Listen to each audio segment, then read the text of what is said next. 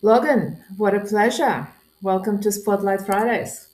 Yeah, I'm thank you for having me. so delighted to have you on. I've been following you on LinkedIn. You're Mr. LinkedIn, that's for sure. You done an amazing job. I've been following you for about, I don't know, we've been friends for about a year on LinkedIn, and this is the first time we're having this conversation. Long time coming.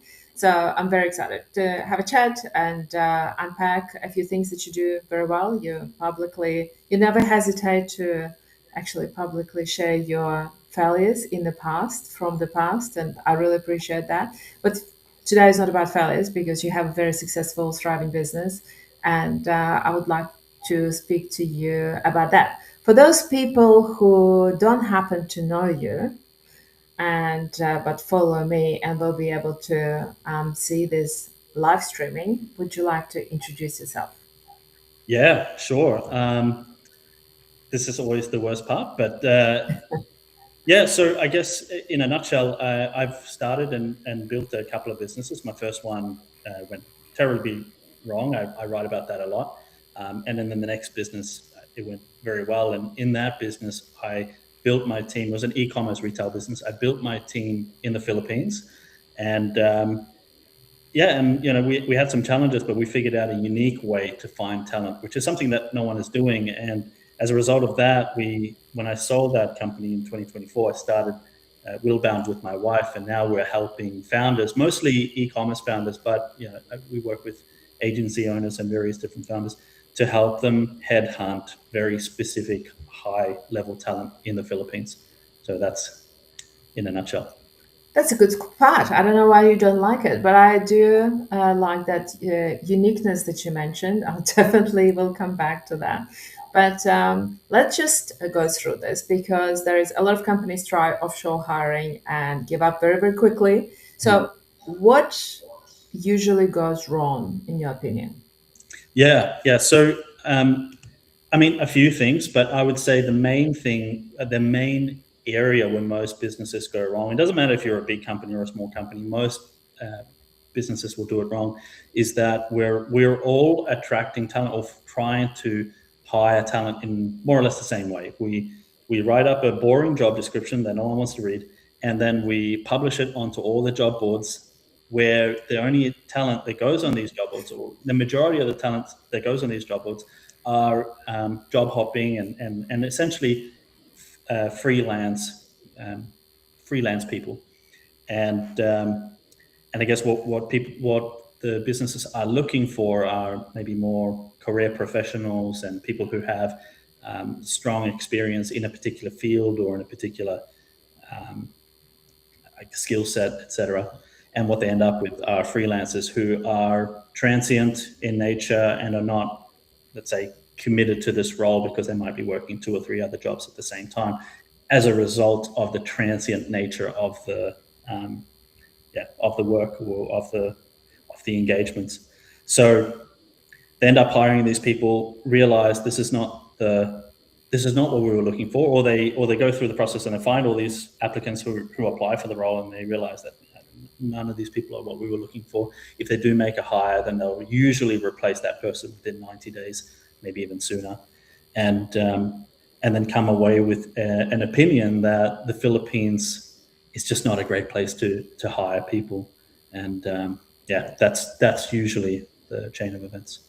So when people go to those freelance markets like Upwork and online jobs, and they are disappointed by their hires, why do you think is that? It's just because they're only meant to be for freelancers, not for people looking for full-time jobs? Um, I'd say the issue that we're seeing is that the people who are on those platforms are the ones who tend to be always looking for work. And even when I've used these platforms myself, I have tended to see the same profiles and resumes being kind of circulating.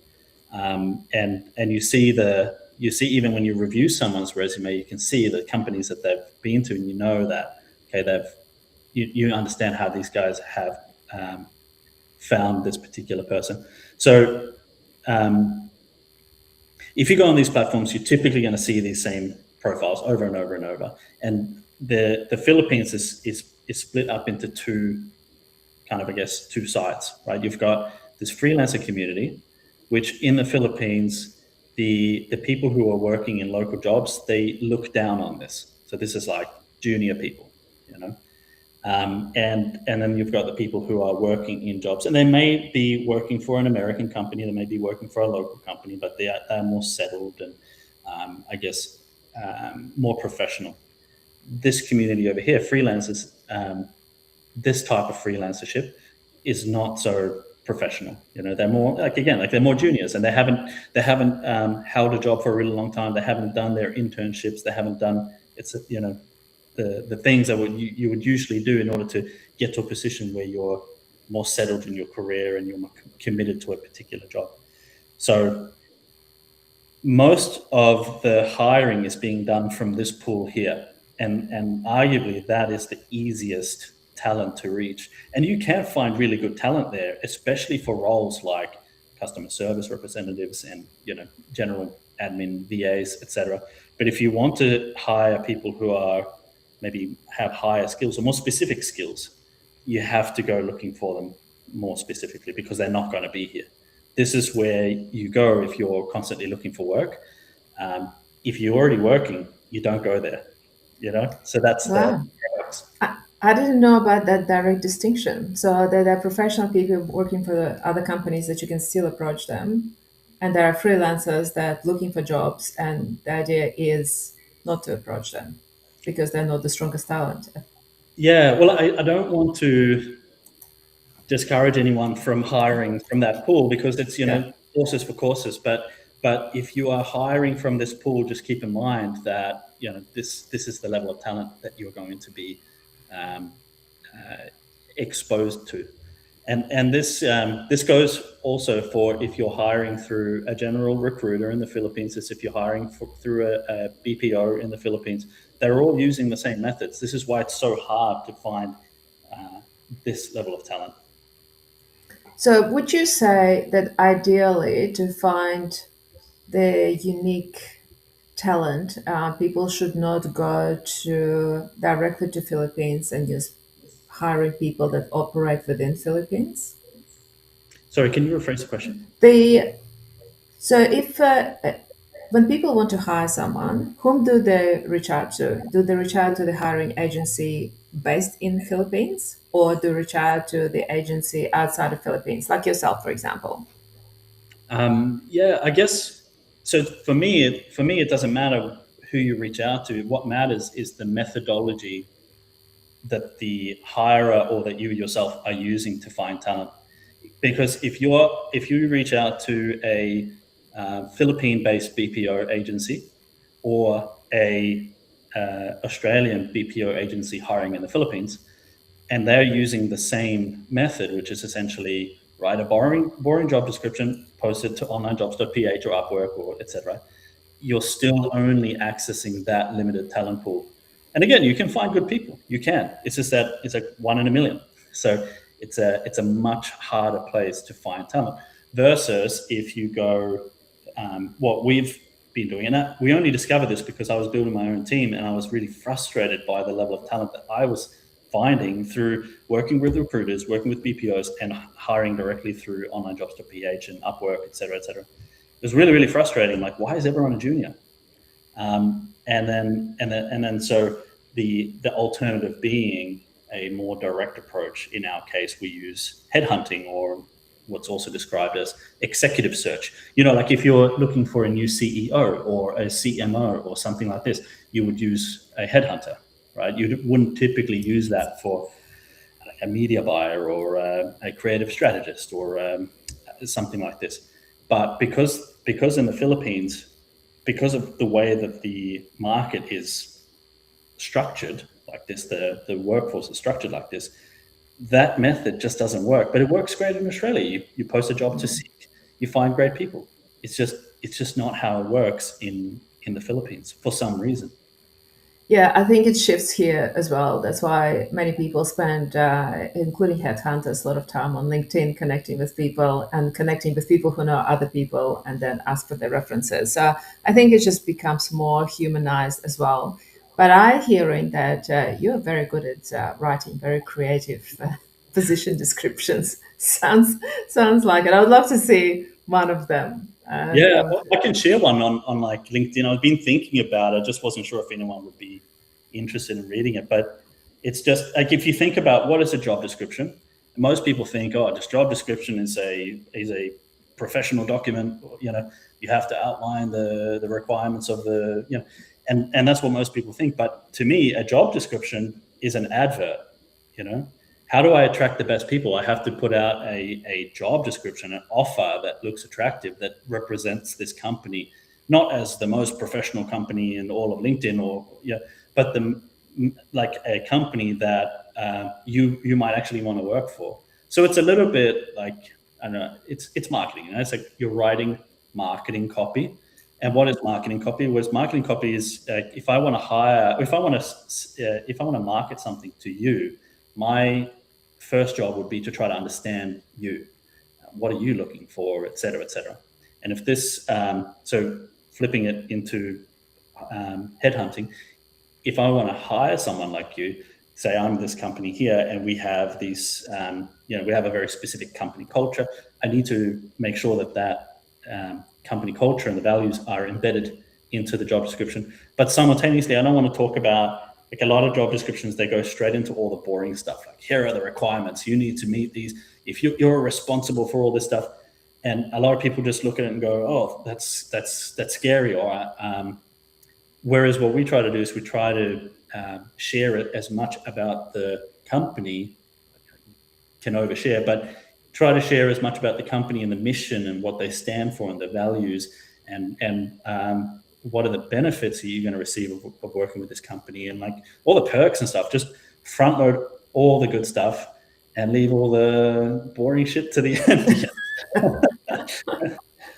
This is very well put. I think you absolutely should share at least one position description. We should put it out after this chat because it's really interesting. It sets the benchmark. It's good to see what is actually working. The whole thing and the whole idea about behind Spotlight Fridays is just to be as real as possible and as practical and pragmatic as possible, because no one needs fluffy stuff. Everyone can just read things, and that's why we're going live completely unscripted. And I don't even know what we're going to talk about it. Oh no. Okay, so for a retail or e-commerce brand, this seem to be your niche. Which roles are best suited for offshore talent today? Yeah, good question. I mean, I don't know if there's any one particular role, and I think that the fault of, I guess, the problem that we've had is that as in the Western world, we've been hiring from this pool here, right? So it's given us this, this freelancer pool. So it's given us this impression of what a Philippine hire is capable of. And so people come away and they think, oh, Philippine hires, they're not very confident, or they're not very strategic. They're not very good at strategic thinking, or they're not very creative, or they're not very reliable, or they come away with all these impressions.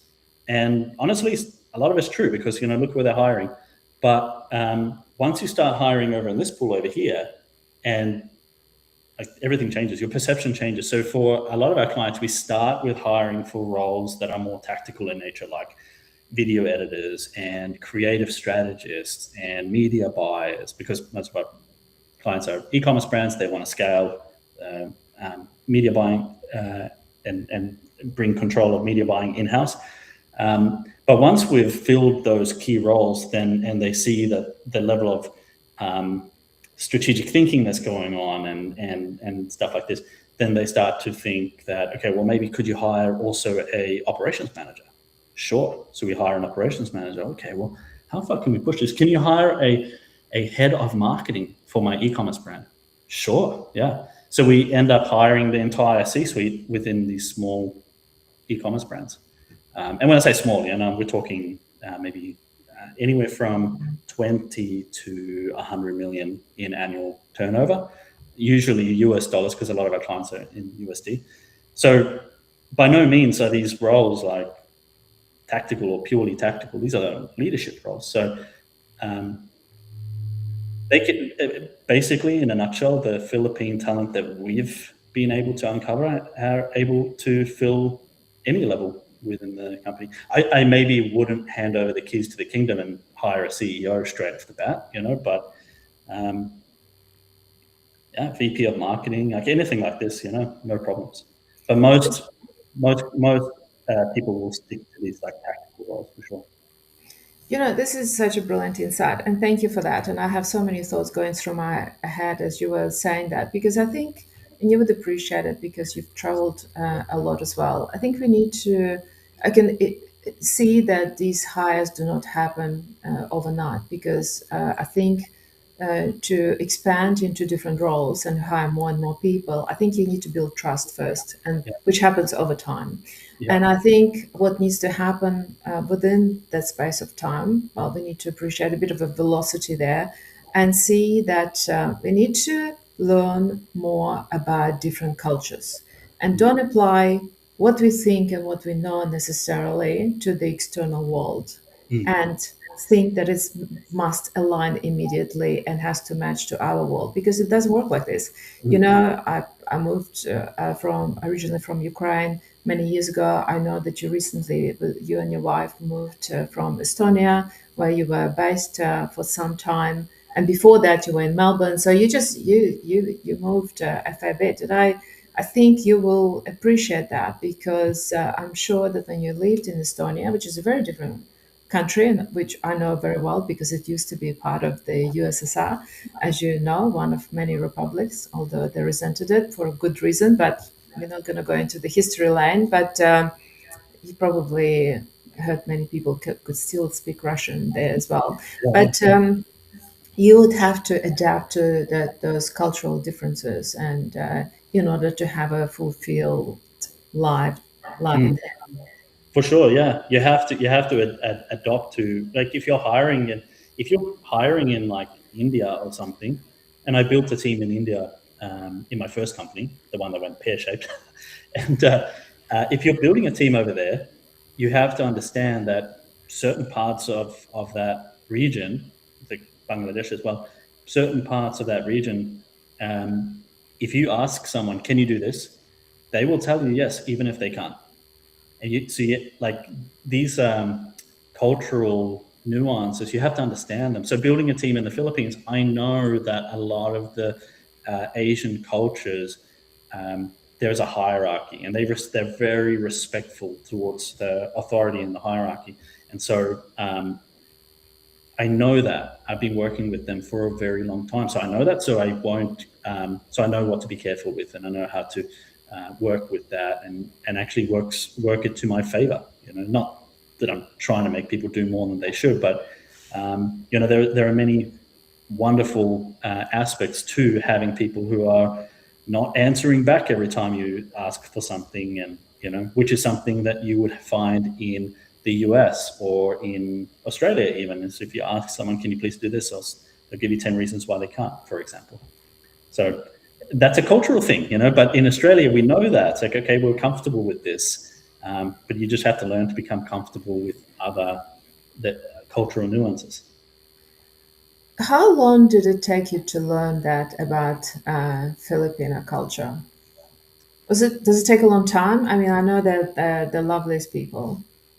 Yeah, that's super nice. Yeah, but there can be also there's also not nice people, but in general the culture is that they're very nice, and I think that they're very respectful towards white people as well, and that's part of the culture is that they look up to white people, which is maybe not. Yeah, it's not how it should be, but it is the way it is.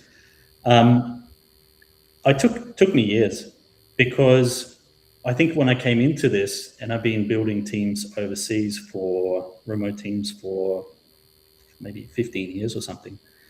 So when I came into it, I was very young and not hadn't been exposed to many different cultures, certainly not in the workplace, and so I didn't really understand that.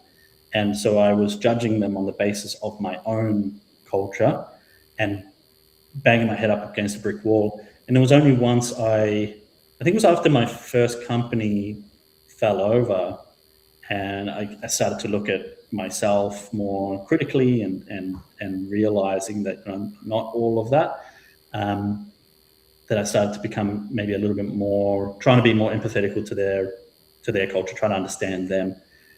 So I would say maybe 6 or 7 years. Wow. Just a quick And 6 or 7 years.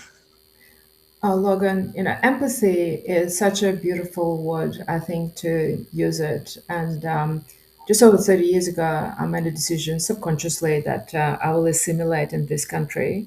And I didn't bring, that background of what I did in Ukraine and how I lived and the language that I spoke. And I thought, well, this is the ground zero. We'll start. This is today's day one, and we'll park everything else for another day. And whatever I do, I just need to learn the language to begin with and then understand what the hell is going on here, because I felt like someone put me upside down. And it took me many years, by the way, and I'm not natural in languages. I still can't speak properly, but it's I appreciate that it does take a long time, but having patience for it, and everyone being wonderful and very accepting and very helpful as well.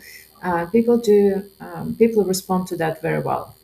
But what I also see doesn't work very well when people still their mindset is still in the country where they came from, and they're trying to create a very different life in a Yeah, different environment, and there is a it's a massive friction, it's a massive disconnect, and it takes forever or never. yeah, They're never happy.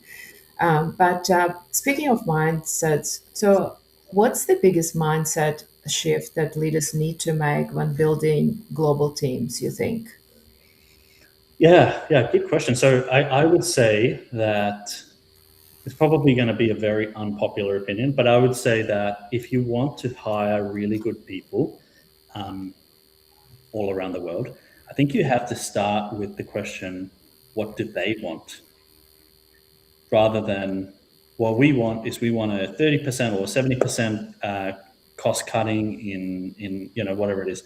I think you have to start with what do they want, and I don't think that's necessarily just for um, overseas talent either. I think that goes for just talent in general. And so, say if you're hiring in the Philippines, and I'll use that as an example. If you're hiring in the Philippines, it's really important to know what they want, because if you don't know what they want and you go out to market, you're not going to attract the best people. Even if you use the best methods, or if you use headhunting or something like this, you're not going to attract the right people, because they'll see the offer and they'll think that's not what I want. And so, for example, if you're hiring for people to come and work in office in the Philippines, you're fighting an uphill battle, because if someone is living, even if they're living in the same city as your office, they might have to travel for an hour. Or let's say if I go from one part of Manila to the next part of Manila, it might take me 2 hours to get there by bus or public transport or something. 2 hours is a long time to travel, and I've got to travel home again. So a lot of the best talent, they think, okay, well, I've got the skills now, I've got the resume, I'm just going to wait for the right offer. And so they're just sitting around waiting for a work from home situation. And that's by and large what people want. In addition to that, they'll want things like you'll sweeten the deal if you incorporate things like 13th month pay, which is like a Christmas bonus. They're very popular in Asia. um, Health insurance. A lot of the time, if you're hiring contractors, you can't offer health insurance directly. If you're working through EOR, an employer of register, or a business process outsourcing company who has an EOR, you'll pay out of your pocket for it, but they'll incorporate the health insurance. But what you can do is, if you're working directly with contractors, is you employ them basically as an employee, but you build a lot of these offers into the contract. So maybe they invoice you, but part of their invoice they might throw in an extra 50 or $100 or something for their own health insurance, and that's generous. That's wonderful. So my biggest takeaway that you writing very creative PDs, and also when building that offshore team, it is important to understand and maybe start with what it is that they want, and then align potentially to your own business objectives and what you want to achieve. This is very powerful because I never actually thought about it like this, but it's very good. It's a very good mindset to have. So this is very helpful. Logan, it's been a pleasure. I don't even know what happened to in the last 25 minutes. You definitely delivered very many insights within this conversation and very practical. And this is definitely not a popularity contest. So I appreciate the honesty and everything what you've shared. And I hope it was of interest to people who have joined us live or the ones who will be watching this episode. But it is truly very helpful. And I also would appreciate if people probably reach out to you directly and ask other questions if they're thinking about building the teams offshore, just because you spent years and years learning about the culture and you have your own unique approaches as well that deliver great results. So why would anyone want to waste years of their time? They'd rather double down on what it is that they're very good at. So I really appreciate your time. It's very generous, and I'm delighted that we finally managed to lock in this conversation. So thank you. And I'm certainly looking forward to meeting you and Mel in person. Thank you so much. And thanks for everyone who joined us live today.